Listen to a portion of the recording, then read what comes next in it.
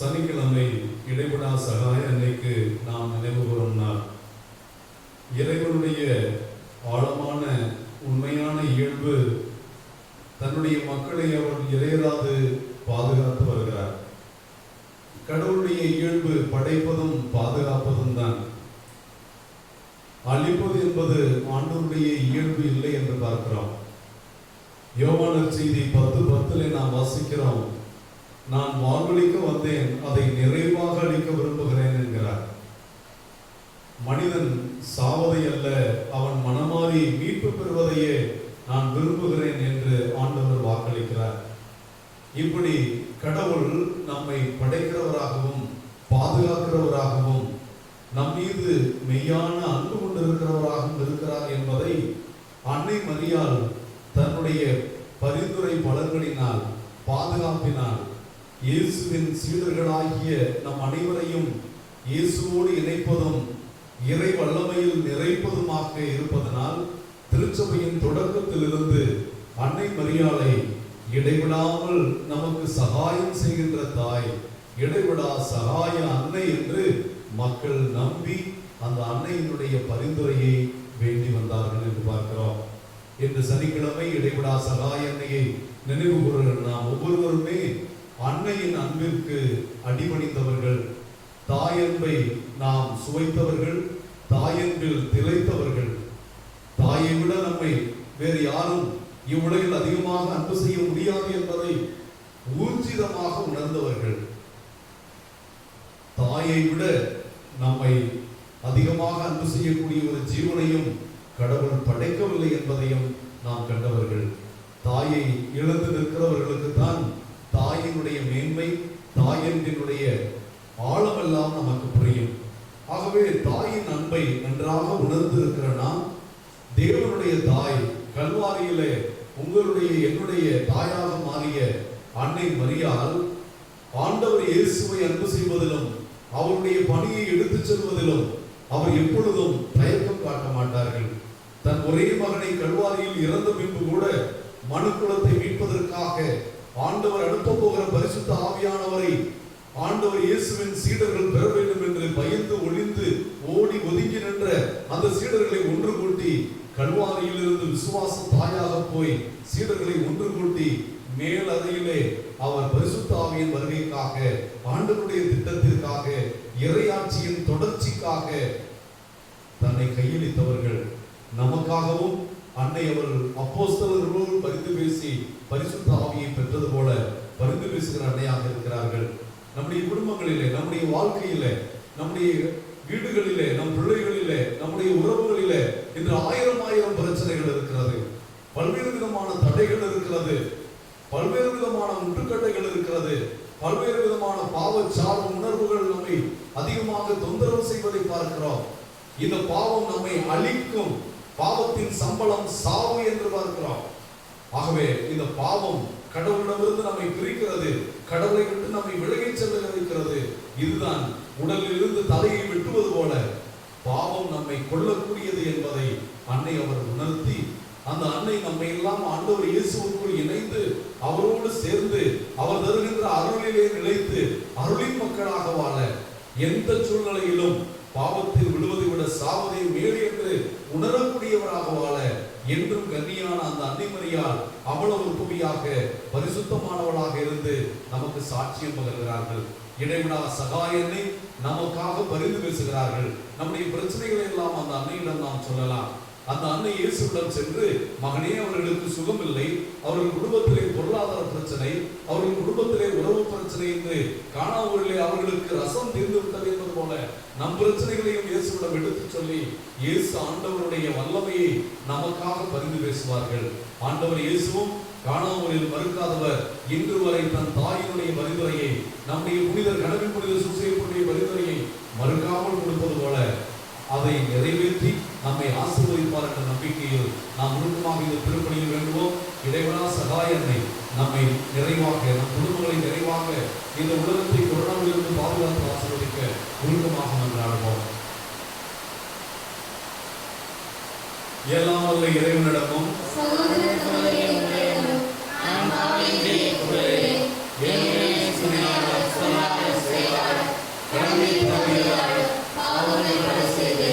என் பாவமே என் பாவமே என் பெரும் பாவமே ஆகையால் இப்பொழுது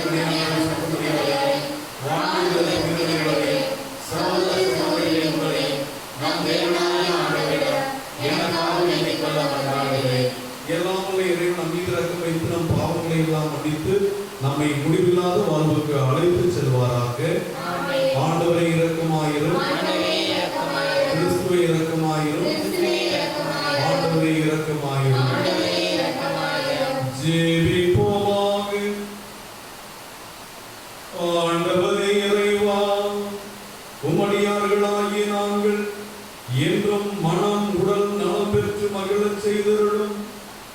என்றும் கன்னியான இடைவிடா சகாயனை நினைவுகூரும் நாங்கள் அந்த இடைவிடா சகாயனையின் பரிந்துரையாலும் என் பாதுகாவலர் கனவின் புனித சூசையப்பனுடைய பரிந்துரையாலும் இன்றைய துயரங்களிலிருந்தும் இன்றைய உலகை வாட்டுகின்ற கொரோனா தொல்லையிலிருந்து விடுதலை பெறவும் நிலையான பெருந்தத்தை தூய்த்துணரவும் எங்களுக்கு அருள்வீராக. உம்மோடு பரிசுத்த ஆவியின் ஐக்கியத்தில் இறைவனாய் என்றென்றும் வாழ்ந்து ஆட்சி செய்கிற ஆண்டவர் திருமகனாகிய இயேசு கிறிஸ்து வழியாக உம்மை மன்றாடுகிறோம்.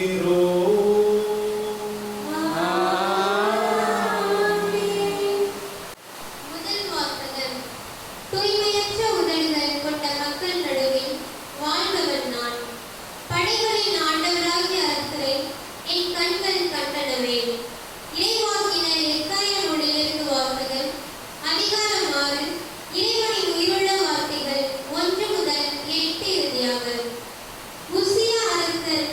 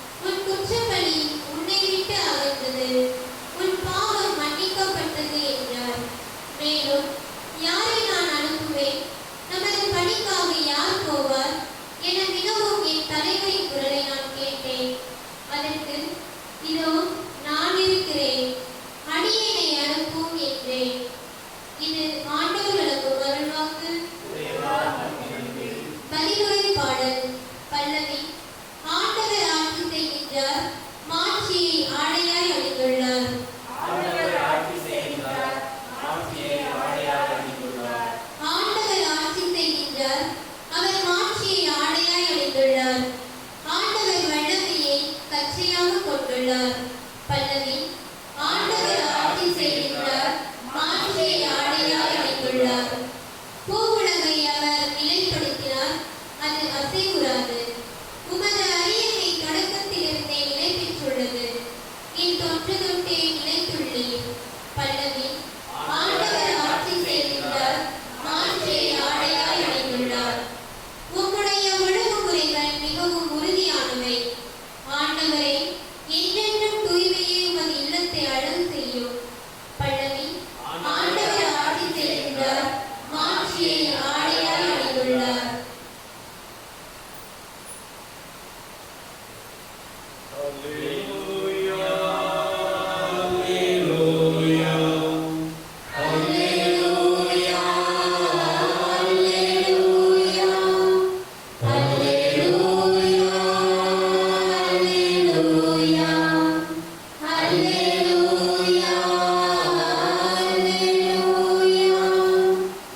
ஆண்டவர் உங்களோடு இருப்பாராக.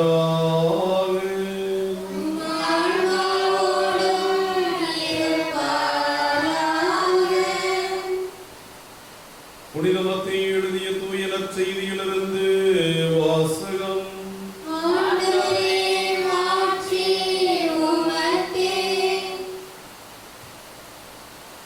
அக்காலத்தில் இயேசு தம் சீடரை நோக்கி கூறியது, சீடர் குருவை விட பெரியவர் அல்ல, பணியாளரும் தம் தலைவரை விட பெரியவர் அல்ல. சீடர் தம் குருவை போல் ஆகட்டும், பணியாளர் தம் தலைவரை போல் ஆகட்டும், அதுவே போதும். வீட்டு தலைவரையே பெயல்செபூல் என அழைப்பவர்கள் வீட்டாரை பற்றி இன்னும் தரக்குறைவாக பேச மாட்டார்களா? எனவே அவர்களுக்கு அஞ்ச வேண்டாம். ஏனெனில் வெளிப்படாதவாறு மூடப்பட்டிருப்பது ஒன்றுமில்லை, அறியப்படாதவாறு மறைந்திருப்பதும் ஒன்றுமில்லை. நான் உங்களுக்கு இருளில் சொல்வதை நீங்கள் ஒளியில் கூறுங்கள், காதோடு காதாய் கேட்பதை வீட்டின் மேல் தளத்திலிருந்து அறிவியுங்கள். ஆன்மாவை கொள்ள இயலாமல் உடலை மட்டும் கொள்பவர்களுக்கு அஞ்ச வேண்டாம், ஆன்மாவையும் உடலையும் நரகத்தில் அழிக்க வல்லவருக்கே அஞ்சுங்கள். காசுக்கு 2 சிட்டுக்குருவிகள் விற்பதில்லையா? எனினும் அவற்றில் ஒன்று கூட உங்கள் தந்தையின் விருப்பமின்றி தரையில் விழாது என கூறுகிறேன். உங்கள் தலைமுறை எல்லாம் எண்ணப்பட்டிருக்கிறது. சிட்டுக்குருவிகள் பலவற்றை விட நீங்கள் மேலானவர்கள், எனவே அஞ்சாதீர்கள். மக்கள் முன்னிலையில் என்னை ஏற்றுக்கொள்பவரை விண்ணுலகில் இருக்கும் என் தந்தையின் முன்னிலையிலும் நான் ஏற்றுக்கொள்வேன். மக்கள் முன்னிலையில் என்னை மறுதலிப்பவரை எவரையும் விண்ணுலகில் இருக்கிற என் தந்தையின் முன்னிலையிலும் நான் மறுதலிப்பேன் என்றார். இது ஆண்டவரின் அருள்வாக்கு.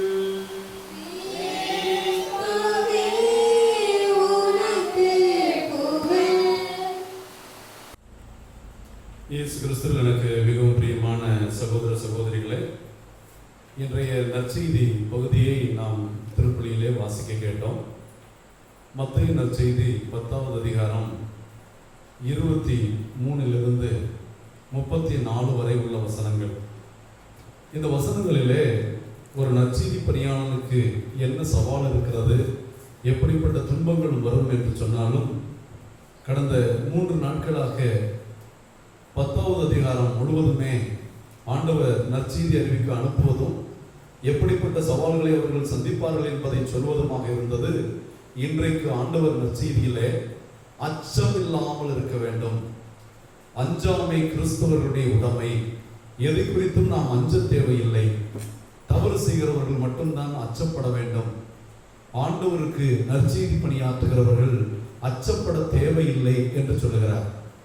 இன்றைக்கு பயம்தான் பல வேளைகளிலே என்ன நேர்ந்து விடுமோ என்று நடக்காதது, நடக்க போகாததை எல்லாம் நினைத்து நாம் அச்சப்பட்டு பரபரப்பிலே படபடப்பிலே பல தவறுகளை செய்து தோற்று போகிறோம். ஆக நற்செய்தி அறிவிப்பாளன் அவன் நம்பிக்கை கடவுள் மீது இருப்பதனால், நற்செய்தி அறிவிப்பாளன் இந்த உலகத்தின் எதையும் நம்பாமல் கடவுளை மட்டும் நம்புகிறவனாக இருப்பதனால் ஆண்டவர் சொல்லுகிறார், நீங்கள் அஞ்சாதீர்கள். உடலை கொள்ளுகிறவர்களுக்கு அஞ்ச வேண்டாம், உடலையும் ஆன்மாவையும் சேர்த்து நரகத்தில் தள்ள வல்லவருக்கே நீங்கள் அஞ்சுங்கள் என்கிறார். இன்றைக்கு நம்முடைய சிந்தனைக்கு இந்த வசனத்தை தான் நான் எடுத்துக்கொள்ள விரும்புகிறேன்.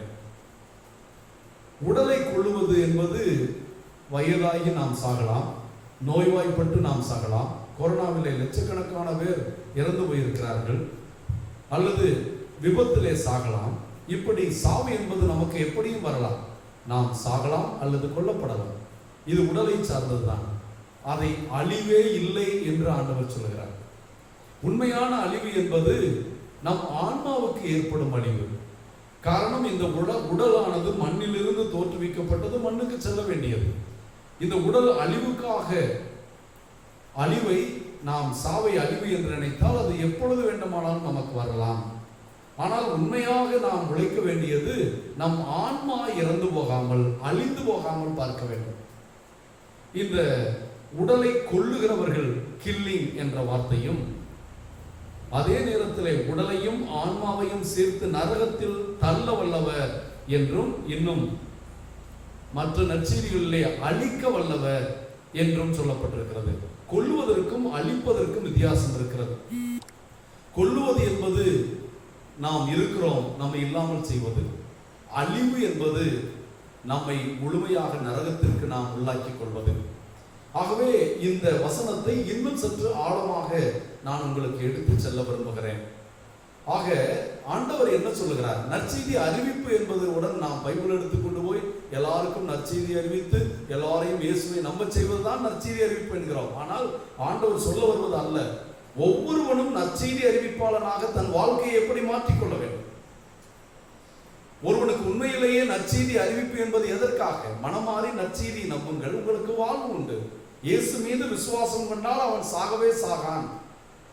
மனுமகன் மீது நம்பிக்கை கொள்கிற எல்லோரும் நிறைவாழ்வை பெறும் பொருட்டு தன்னுடைய மகனை அனுப்பினார். ஆக நாம் நிறைவாழ்வை, நித்திய வாழ்வை பெறுவதற்காக ஆன்மா நமக்குள் படைக்கப்பட்டிருக்கிறது. நம்முடைய ஆன்மா அழிவுக்கு படைக்கப்படவில்லை, அது நித்திய வாழ்வுக்கு படைக்கப்பட்டது. Our soul is meant for eternity, eternal life. அந்த நித்திய வாழ்வை தரவல்லவராக ஆண்டவர் இருக்கிறார். இதை இழந்து போகாமல் பார்த்துக் கொள்ளுங்கள். இதுதான் மிக முக்கியம். இந்த உலகத்தில் பிறந்த எல்லோருமே சாவார்கள், ஆனால் இந்த உலகத்தில் பிறந்து இறந்தவர்கள் வாழ்வார்கள் என்று நம்முடைய திருச்சபை அல்லது ஆண்டவருடைய விசுவாசம் நமக்கு சொல்லுகிறது. என் மீது விசுவாசம் கொள்வோன் இறப்பினும் வாழ்வான் என்று சொல்லுகிறது. ஆக இறப்பு நம் மீது ஆதிக்கம் செலுத்த முடியாது. ஆக இறப்பின் மீது வெற்றி கொண்டவர் புனித பவுலடியார் சொல்கிறார், சாவே உன் வெற்றி எங்கே, பாவமே உன் கொடுக்கு எங்கே என்று கேட்டாரே. ஆக பாவம் தான் நமக்கு சாவு. அந்த பாவத்திலிருந்து நாம் வெற்றி பெற வேண்டும். பாவத்தின் சம்பளம் சாவு என்று வேதம் சொல்கிறது. பாவம் நம்மை கடவுளிடமிருந்து பிரிக்கிறது. ஆக கடவுளிடமிருந்து நாம் பிரிக்கும் போது எப்படி வேரானது மண்ணிலிருந்து பிரிக்கப்படும் போது இலைகள் உலர்ந்து போகிறதோ அதுபோல நாம் உலர்ந்து போய் கொஞ்சம் கொஞ்சமாக இறந்து போவோம். நம்முடைய ஆன்மா செத்து போகும். இன்றைக்கு ஒரு சிலர் மனசாட்சி இல்லாமல் ஒருவரை ஒருவர் கொலை செய்கிறார்களே, இவர்கள் கொஞ்சம் கொஞ்சமாக தங்கள் ஆன்மாவை கரைப்படுத்தி அதனுடைய வலிமை இழக்க செய்ததனால்தான் அந்த மனசாட்சி அற்று போய் அவர்கள் வாழ்கிறார்கள். ஆகவே இந்த நிகழ்வு பற்றி நாம் பார்க்க வேண்டும். இந்த பாவமே நமக்கு சாவை, நம் ஆன்மாவுக்கு சாவை கொண்டு வரக்கூடியது. இந்த பாவம் என்பது என்ன? கடவுளுடைய கட்டளைகளை மீறுவதே பாவம். கடவுளுக்கு கீழ்ப்படிய முடியாது என்பதே பாவம். கடவுளுடைய நியதிப்படி வாழ முடியாது என்பதே பாவம். இஷ்டம் போல் வாழ்வேன் என்று சொல்லி கடவுளுடைய பிரதிக்கணைகளை, போதனைகளை, கடவுளுடைய சட்டங்களை மீறுவதே பாவம் என்று நாம் பார்க்கிறோம். ஆக இப்படிப்பட்ட பாவம் செய்யும் போது நமக்கு என்ன நேருகிறது? எசையா புத்தகம் 59வது அதிகாரம் 2வது வசனத்திலே தேவன் சொல்லுகிறார், உங்கள் தீச்செயல்களே உங்களுக்கும் உங்கள் கடவுளுக்கும் இடையே பிளவை உண்டாக்கின. நம்முடைய கெட்ட செயல்கள், நம்முடைய பாவ செயல்கள் கடவுளுக்கும் நமக்கும் இடையே பிளவை ஏற்படுத்தின என்றும், மேலும் அதே வசனத்திலே உங்கள் பாவங்களே அவர் செவி சாய்க்காதவாறு அவரது முகத்தை உங்களுக்கு மறைத்து கொண்டன. நாம் செய்கிற பாவங்கள் கடவுள் நம்முடைய ஜெபத்தை கேட்க விடாதவாறு கடவுளுடைய திருமுகத்தை நம்மிடமிருந்து மறைத்துக் கொள்கின்றன என்று எசையா சொல்லுகிறார். பல வேளைகளிலே நாம் தொடர்ந்து ஜெபிக்கிறோம் சில காரியங்களுக்காக. அப்படி ஜெபிக்கிற போது அது நடக்கவில்லை என்றால் இந்த வசனம் நமக்கு சொல்லுகிறது, ஒருவேளை நம்முடைய பாவ வாழ்க்கை, பாவம் அதற்கு தடையாக இருக்கலாம். அதை நினைத்து நாம் மடங்க வேண்டும். மறுபடியும் பாவத்தில் விழுந்து விடாமல் இருக்க நாம் நம்மையே புனிதப்படுத்திக் கொள்ள வேண்டும். பாவத்தினால் நாம் கடவுளிடமிருந்து பிரிவது சாவின் தொடக்கமாக இருக்கிறது. கடவுளிடமிருந்து பிரிவதே நம்மை பாவம் கடவுளிடமிருந்து பிரிக்கிறது. கடவுளுக்கு எதிராக செய்வதே பாவம், கடவுளுடைய சட்டங்களை மீறுவதே பாவம். பாவம் செய்யும் போது கடவுளுக்கும் எனக்கும் இடையே இருக்கிற உறவு நீங்கி போகிறது. நம்முடைய மனித வாழ்க்கையில் அதைத்தான் பார்க்கிறோம். ஒருவன் நமக்கு எதிராக குற்றம் செய்யும் போது அவனுக்கும் நமக்கும் இடையே இருந்த உறவானது பிளவுபட்டு போகிறது. நான் உன்னை இப்படி எதிர்பார்க்கவில்லை என்று நம்முடைய பிரமாணிக்கமின்மை நம்மை பலரிடமிருந்து பிரித்து விடுகிறது. அதுபோல கடவுளிடமிருந்தும் பாவம் நம்மை பிரிக்கிறது என்று பார்க்கிறோம். எசேக்கியேல் 18வது அதிகாரம் 31, 32வது வசனங்களிலே, எனக்கு எதிராக நீங்கள் இழைத்த குற்றங்கள் அனைத்தும் விட்டு விடுங்கள். கடவுள் அப்ப பாவம் நம்முடைய ஆன்மாவை அழிக்கிறது என்றால் கடவுள் அழிப்பதில்லை. ஆனால் வேதத்தை படிக்கிற போது உங்கள் ஆன்மாவையும் உடலையும் சேர்த்து அழிக்க வல்லவருக்கு அஞ்சுங்கள் என்றால் நமக்கு புரிகிறது, இயேசு நாம் தப்பு செய்தால் நம்முடைய உடலையும் ஆன்மாவையும் சேர்த்து அழித்து விடுவாரோ என்று நாம் புரிகிறோம். கடவுள் படைக்கிறவர், பாதுகாக்கிறவர், மீட்கிறவர். அவருக்கு அழிக்க தெரியாது. நாமே அழிவை வருவித்துக் கொள்கிறோம். நாமே நம் மீது மண் போட்டுக் கொள்கிறோம். நம் தமிழிலே சொல்லுவார்கள், சொந்த காசிலே நாமே சூனியம் வைத்துக் கொள்ளுகிறவர்கள். அதைத்தான் எசேக்கியேல் 18, 31, 32 சொல்லுகிறார். எனக்கு எதிராக நீங்கள் இழைத்த குற்றங்கள் அனைத்தையும் விட்டுவிடுங்கள். இஸ்ராயேல் வீட்டாரே, புதிய இதயத்தையும் புதிய மனதையும் நீங்கள் பெற்றுக் கொள்ளுங்கள். நீங்கள் ஏன் சாக வேண்டும்? பாவத்தில் இருந்தால் செத்து போவீர்கள். பாவத்தை விட்டுவிடுங்கள், நான் உங்களுக்கு வாழ்வளிக்கிறேன். நீங்கள் ஏன் சாக வேண்டும்?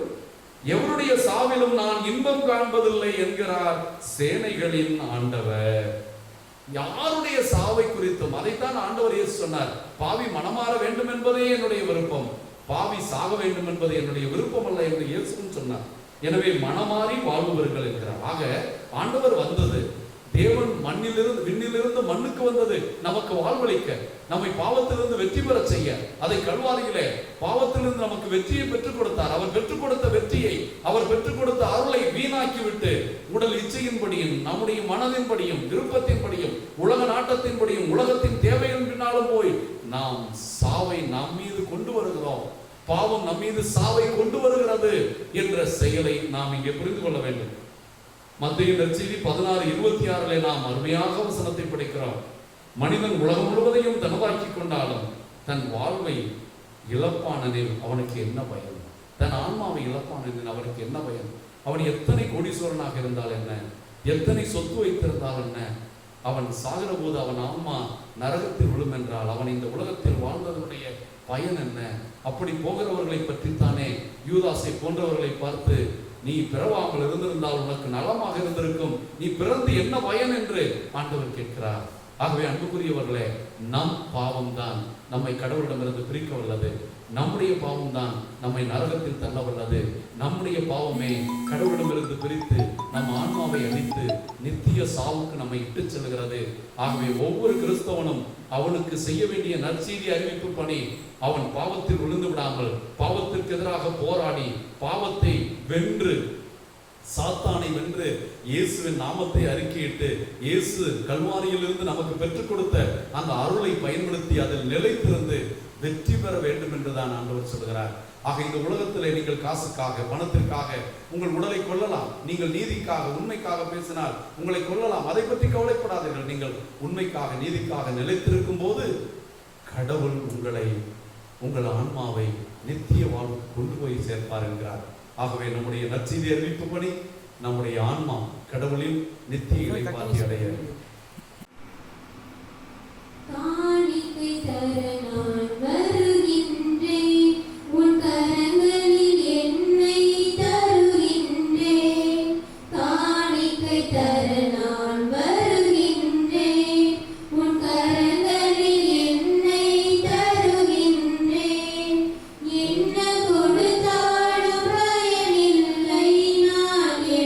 கொடுக்காமல் பொருள் கொடுத்தார்.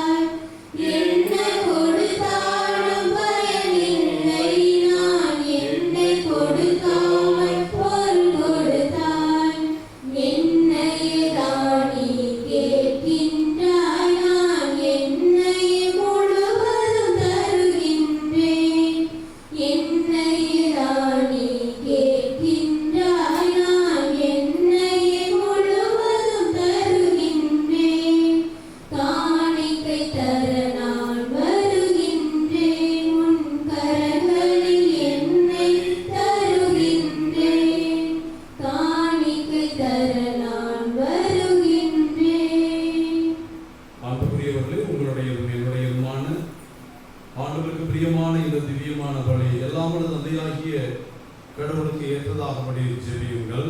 ஆண்டவர் தமது பெயரின் புகழ்ச்சிக்காகவும் மாட்சிக்காகவும் தமது நன்மைக்காகவும் புனித திருவை அளித்த நலனுக்காகவும் அது கையெழுத்துப்படி ஏற்றுக்கொள்வாராக. ஆண்டவரே, எங்களை உம்மோடு ஒப்புரவாக்கும் இப்புகழ்ச்சி பலியை ஏற்றருளும். அதனால் நாங்கள் தூயவராக்கப்பட்டு உம்மை மகிழ்விக்கும் எங்கள் மனங்களில் காணிக்கைகள் உமக்கு உகந்ததாகிட அருள்வீராக. எங்கள் ஆண்டவராகிய கிறிஸ்து வழியாக உம்மை மன்றாடுகிறோம்.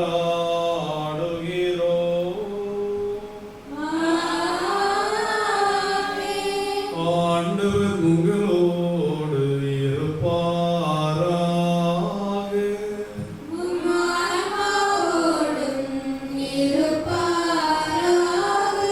இதயங்களை மேலே எழுப்புங்கள்.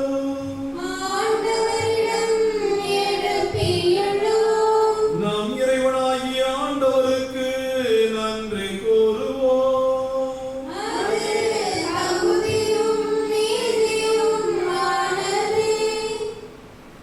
ஆண்டவரே, தூயவரான தந்தையே, என்றும் உள்ள எல்லாம் வல்ல இறைவா, எந்நாளும் இவ்விடத்திலும் நாங்கள் உமக்கு நன்றி செலுத்துவது மெய்யாகவே தகுதியும் நீதியுமாகும். எங்கள் கடமையும் மீட்புக்குரிய செயலுமாகும்.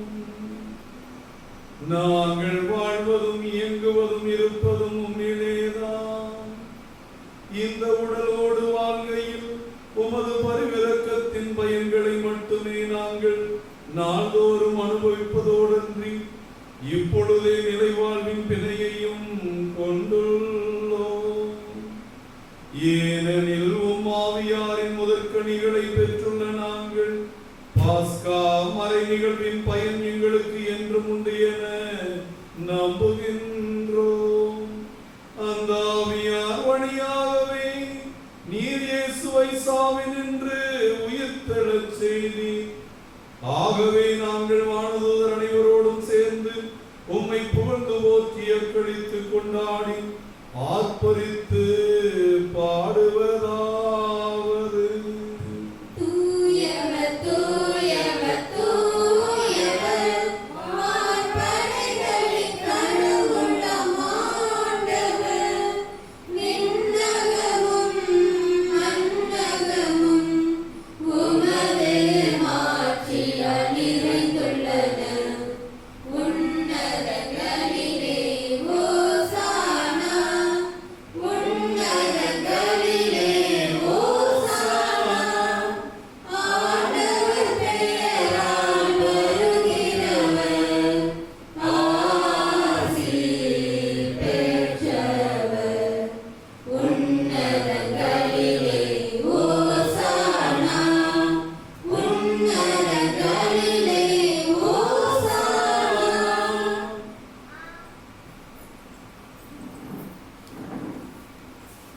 தேவ பிள்ளைகளே, திருப்பலியின் மையமான நேரம். ஆண்டவருடைய வல்லமை இறங்கி அன்றாட அதிசயமாக இந்த திருப்பலியில் இந்த அப்பத்தையும் ரசத்தையும் தேவனுடைய திருவிழாகவும் திருரத்தமாகவும் மாற்றும் நேரம். இந்த தெய்வீக அனுபவத்தை பெற ஆழமான விசுவாசத்தோடு பங்கெடுப்போம். ஆண்டவரே, நீர் மெய்யாகவே தூயவர், தூய்மை அனைத்துக்கும் ஊற்று. ஆகவே உடைய பரிசுத்த ஆவியை பொழிந்து காணிக்கைகளை புனிதமாக்க வேண்டும் என மன்றாடுகிறோம். இவ்வாறு எங்கள் ஆண்டவர் இயேசு கிறிஸ்துவின் உடலும் இரத்தமுமாக இவை எங்களுக்கு மாறுவதாக. அவர் பாடுபட உளங்கணிந்து தம்மை கையளித்த போது அப்பத்தை எடுத்து நன்றி செலுத்தி அதை பிட்டு தம் சீடர்களுக்கு அளித்து கூறியதாவது: அனைவரும் இதிலிருந்து பெற்று உண்ணுங்கள், ஏனெனில் இது உங்களுக்காக கையளிக்கப்படும் என் உடல்.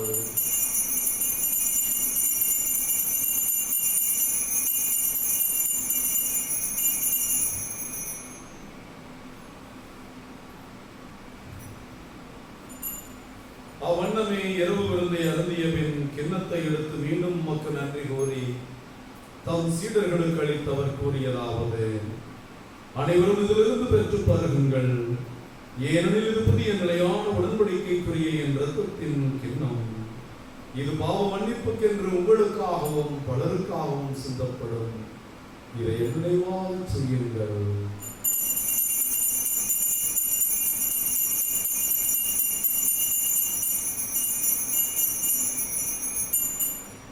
இறை நம்பிக்கையின் மறைபொருள்.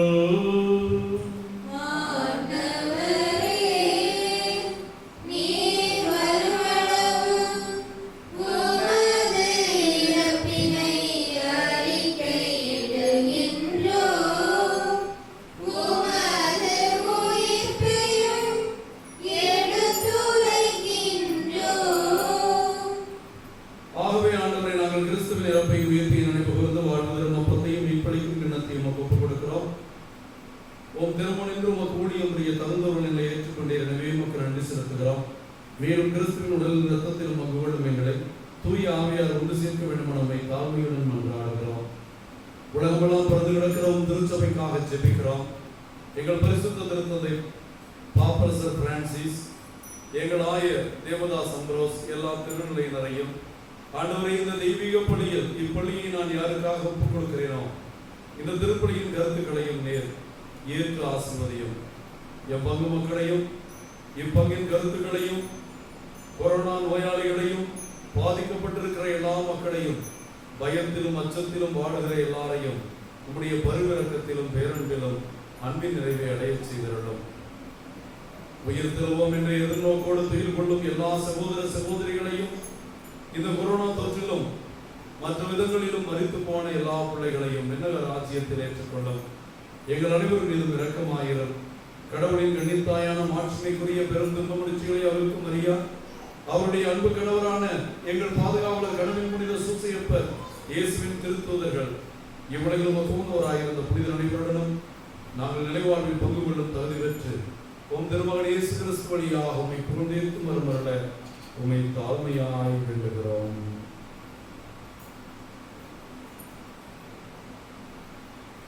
இவர் வழியாக இவரோடு இவரில் எல்லாம் வல்ல இறைவனாகிய தந்தையே தூயாவின் ஒன்றிப்பில் எல்லா புகழும் மாட்சியும் என்றென்றும் உமக்கு உரியதே.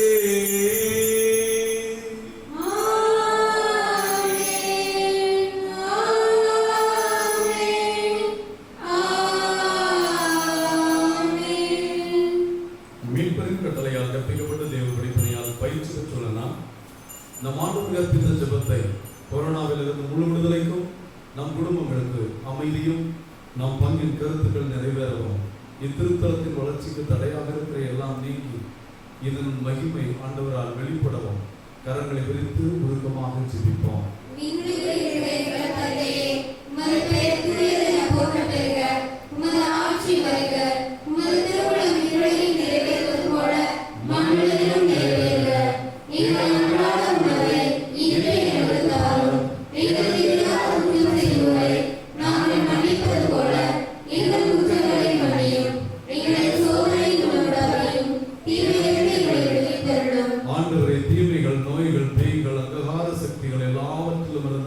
எங்களுக்கு விடுதலை அளித்து உம்முடைய கிருபையின் கொடையான அமைதியை எங்களுக்கு கொடையாக தாரும்.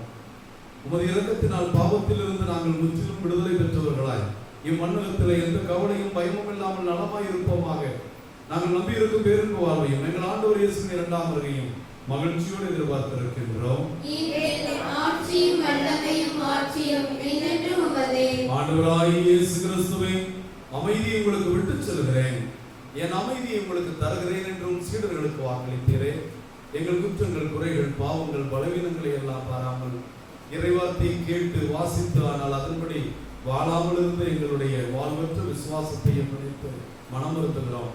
மீது கொண்டிருக்கிற எளிய நம்பிக்கையும் உம்முடைய பிரியமான பிள்ளைகள் நாங்கள் என்பதையும் முன்னிட்டு எங்களுக்கும் எங்கள் குடும்பங்களுக்கும் உலக மக்களுக்கும் ஒற்றுமையும் அமைதியும் அளித்திருந்த திருவிழம் கொள்வீராக. என்றென்றும் வாழ்ந்து ஆட்சி செய்கின்றவர் நீரே. ஆண்டவர் இயேசு கிறிஸ்துவின் அமைதி உங்கள் அனைவரோடும் இருப்பதாக.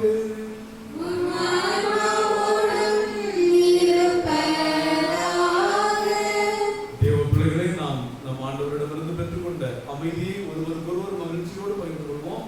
அமைதி. உலகின் பாவங்களை போக்கும் இறைவனின் செம்மறியே, எங்கள் மேல் இரக்கமாயிரும். உலகின் பாவங்களை போக்கும் இறைவனின் செம்மறியே, எங்கள் மேல் இரக்கமாயிரும். உலகின் பாவங்களை போக்கும் இறைவனின் செம்மறியே, எங்களுக்கு அமைதியை அளித்தருளும். இதோ இறைவனின் செம்மறி, இது உலகின் பாவங்களை போக்குகிற நம் ஆண்டவர்.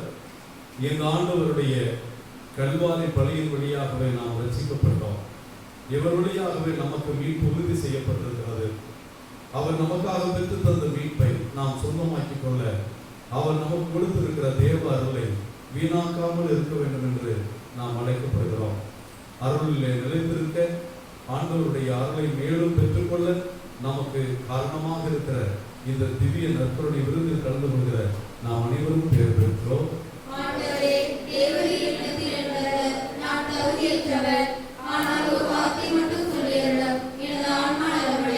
கிறிஸ்துவின் திருவுடலும் திருரத்தமும் இதை உட்கொள்ளும் எனக்கு உங்களுக்கும் நித்திய வாழ்வளிப்பதாக.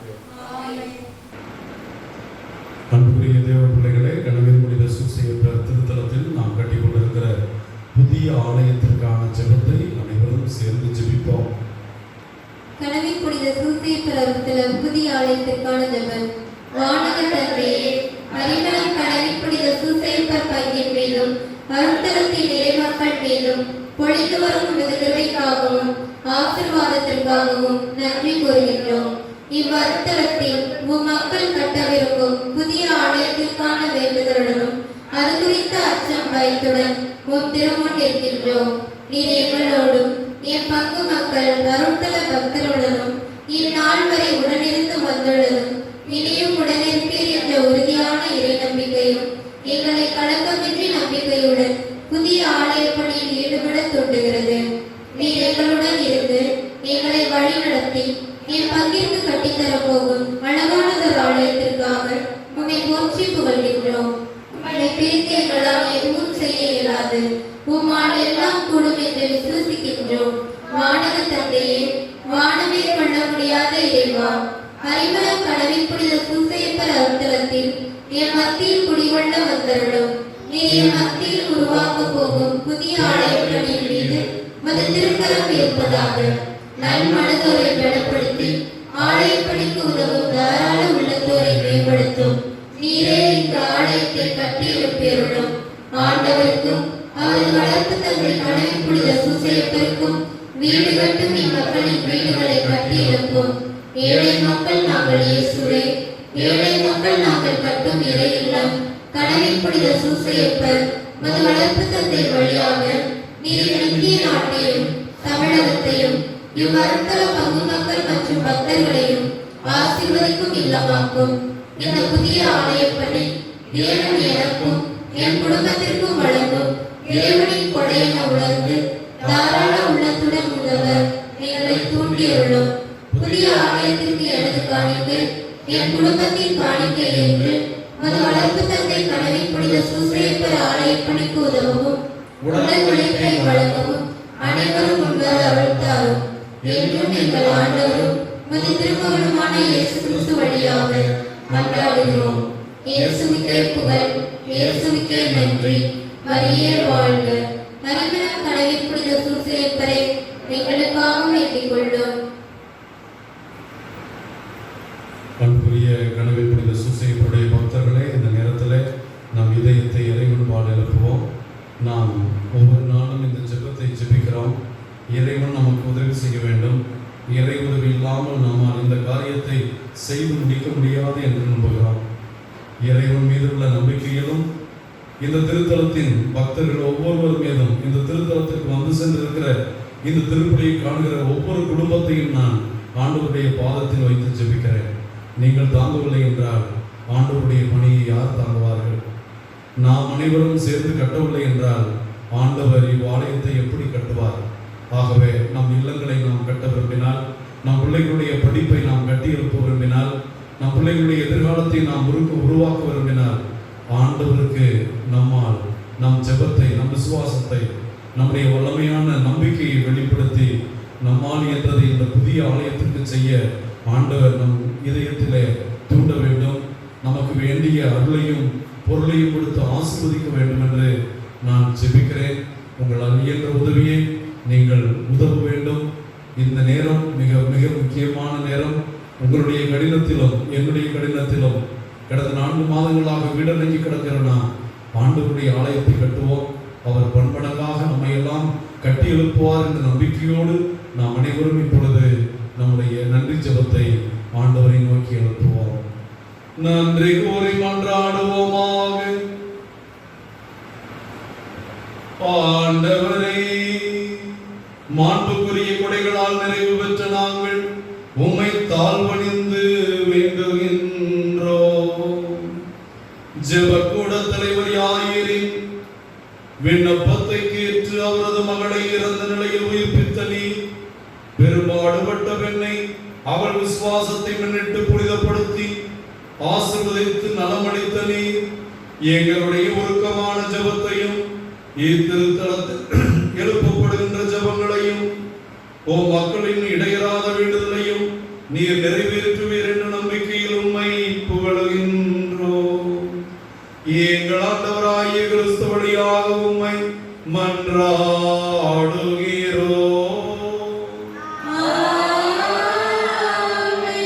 ஆண்டவர் உங்களோடு இருப்பாராக.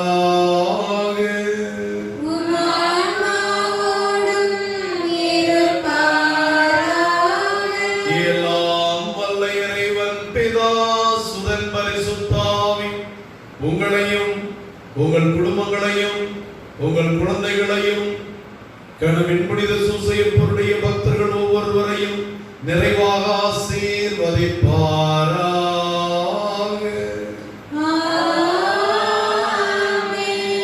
நம்முடைய ஆழமான விசுவாசம் நம் ஜெபமும் ஒன்றிற்கும் ஆண்டவரிடமிருந்து பதில் கிடைக்கும் என்ற நம்பிக்கையில் சென்று வாழுங்கள். திருப்பணி நிறைவேறிற்று.